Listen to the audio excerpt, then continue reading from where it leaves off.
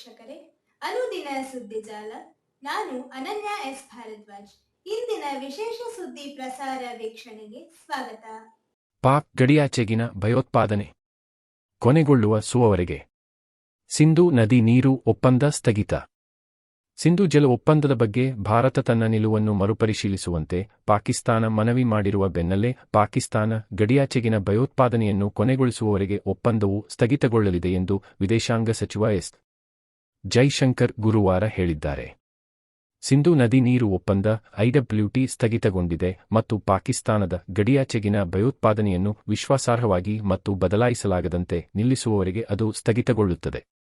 ಪಾಕಿಸ್ತಾನದೊಂದಿಗಿನ ಕದನ ವಿರಾಮ ಒಪ್ಪಂದವು ಸಿಂಧೂ ಜಲ ಒಪ್ಪಂದವನ್ನು ಅಮಾನತುಗೊಳಿಸುವುದು ಸೇರಿದಂತೆ ತನ್ನ ಹಿಂದಿನ ಕ್ರಮಗಳನ್ನು ಬದಲಾಯಿಸುವುದಿಲ್ಲ ಎಂದು ಭಾರತ ಸ್ಪಷ್ಟಪಡಿಸಿದೆ. ಪಾಕಿಸ್ತಾನದ ಜಲಸಂಪನ್ಮೂಲ ಸಚಿವಾಲಯದ ಕಾರ್ಯದರ್ಶಿ ಸೈಯದ್ ಅಲಿ ಮುರ್ತಾಜಾ ಅವರು ಭಾರತದ ಜಲಶಕ್ತಿ ಸಚಿವಾಲಯದ ಕಾರ್ಯದರ್ಶಿ ದೇಬಶ್ರೀ ಮುಖರ್ಜಿ ಅವರಿಗೆ ಬರೆದ ಪತ್ರದಲ್ಲಿ ಪಾಕಿಸ್ತಾನದ ಸಿಂಧೂ ಆಯುಕ್ತರೊಂದಿಗೆ ಮಾತುಕತೆ ನಡೆಸಬಹುದಾದ ಪ್ರತಿನಿಧಿಗಳನ್ನು ನಾಮನಿರ್ದೇಶನ ಮಾಡುವಂತೆ ಭಾರತವನ್ನು ಕೇಳಿಕೊಂಡಿದ್ದಾರೆ.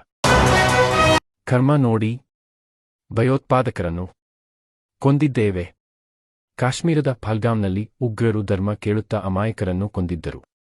ಇದಕ್ಕೆ ಪ್ರತಿಯಾಗಿ ನಾವು ಕರ್ಮ ನೋಡಿ ಉಗ್ರರನ್ನು ಹತ್ಯೆ ಮಾಡಿದ್ದೇವೆ ಎಂದು ರಕ್ಷಣಾ ಸಚಿವ ರಾಜನಾಥ ಸಿಂಗ್ ಹೇಳಿದ್ದಾರೆ. ಪಾಕಿಸ್ತಾನ ಮತ್ತು ಪಾಕ್ ಆಕ್ರಮಿತ ಕಾಶ್ಮೀರದಲ್ಲಿನ ಉಗ್ರರ ನೆಲೆಗಳನ್ನು ಗುರಿಯಾಗಿಸಿ ಭಾರತೀಯ ಸೇನೆ ನಡೆಸಿದ ಆಪರೇಷನ್ ಸಿಂಧೂರ ಕಾರ್ಯಾಚರಣೆ ಬಳಿಕ ಇದೇ ಮೊದಲ ಬಾರಿಗೆ ರಾಜನಾಥ ಸಿಂಗ್ ಅವರು ಕಣಿವೆ ರಾಜ್ಯಕ್ಕೆ ಭೇಟಿ ನೀಡಿದ್ದಾರೆ.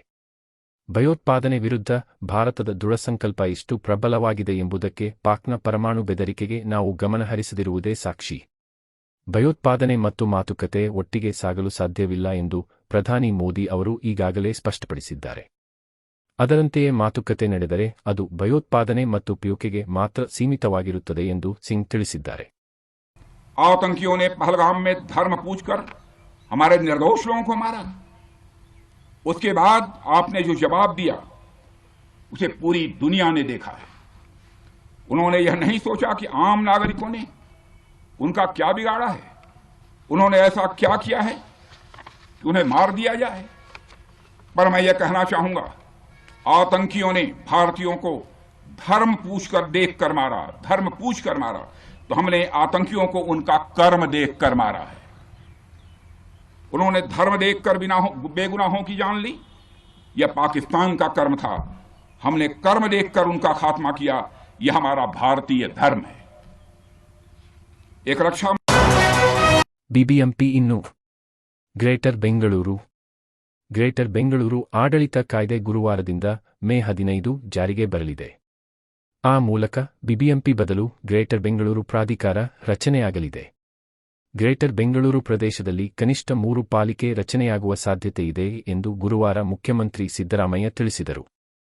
ಸುದ್ದಿಗಾರರ ಜೊತೆ ಮಾತನಾಡಿದ ಅವರು, ಇನ್ನು ಮುಂದೆ ಬೆಂಗಳೂರು ಗ್ರೇಟರ್ ಬೆಂಗಳೂರು ಆಗಲಿದೆ.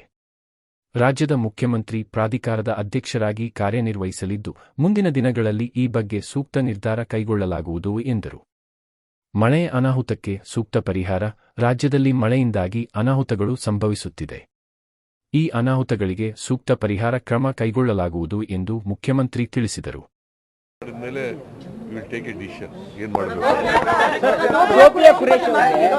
ರಾಜ್ಯದಂತ ಭಾರಿ ಮಳೆ ಆಗ್ತಿದೆ, ಅಲ್ಲಲ್ಲಿ ಅನಾಹುತಗಳು ಸಂಭವಿಸಿವೆ ಸರ್. ಅದ್ರ ಬಗ್ಗೆ ಏನೋ ಮುನ್ಸೂಚನೆ ಸೂಚನೆ ಕೊಟ್ಟಿದ್ದೀರಾ? ಈಗ ಏನೇ ಅನಾಹುತಗಳಾದ್ರೂ ಕೂಡ ಅದನ್ನ ಪರಿಹಾರ ಮಾಡತಕ್ಕಂಥ ಕೆಲಸವನ್ನ ನಾವು ಮಾಡ್ತೀವಿ. ಟ್ರಂಪ್ ಮಾತು ಕೇಳಿದ್ದೇಕೆ? ಭಾರತೀಯ ಸೇನೆಯು ಪಾಕಿಸ್ತಾನ ಮತ್ತು ಉಗ್ರರ ವಿರುದ್ಧ ಉತ್ಸಾಹದಿಂದ ದಾಳಿ ಮಾಡುತ್ತಿತ್ತು. ಪಾಕ್ ಆಕ್ರಮಿತ ಕಾಶ್ಮೀರ ವಶಕ್ಕೆ ಪಡೆಯಲು ಇದು ತಕ್ಕ ಸಮಯವಾಗಿತ್ತು. ಆದರೆ ಅಮೆರಿಕ ಅಧ್ಯಕ್ಷ ಟ್ರಂಪ್ ಮಾತು ಕೇಳಿ ಕದನ ವಿರಾಮ ಘೋಷಿಸಿದ್ದೇಕೆ? ಟ್ರಂಪ್ ಏನು ಹೇಳಿದ್ದರು ಎಂಬುದನ್ನು ಪ್ರಧಾನಿ ಮೋದಿ ಅವರು ದೇಶದ ಜನತೆಗೆ ತಿಳಿಸಬೇಕು ಎಂದು ಮಾಜಿ ಸಂಸದ, ರಾಜ್ಯ ಕಾಂಗ್ರೆಸ್ ಉಪಾಧ್ಯಕ್ಷ ವಿ.ಎಸ್. ಉಗ್ರಪ್ಪ ಪ್ರಶ್ನಿಸಿದರು.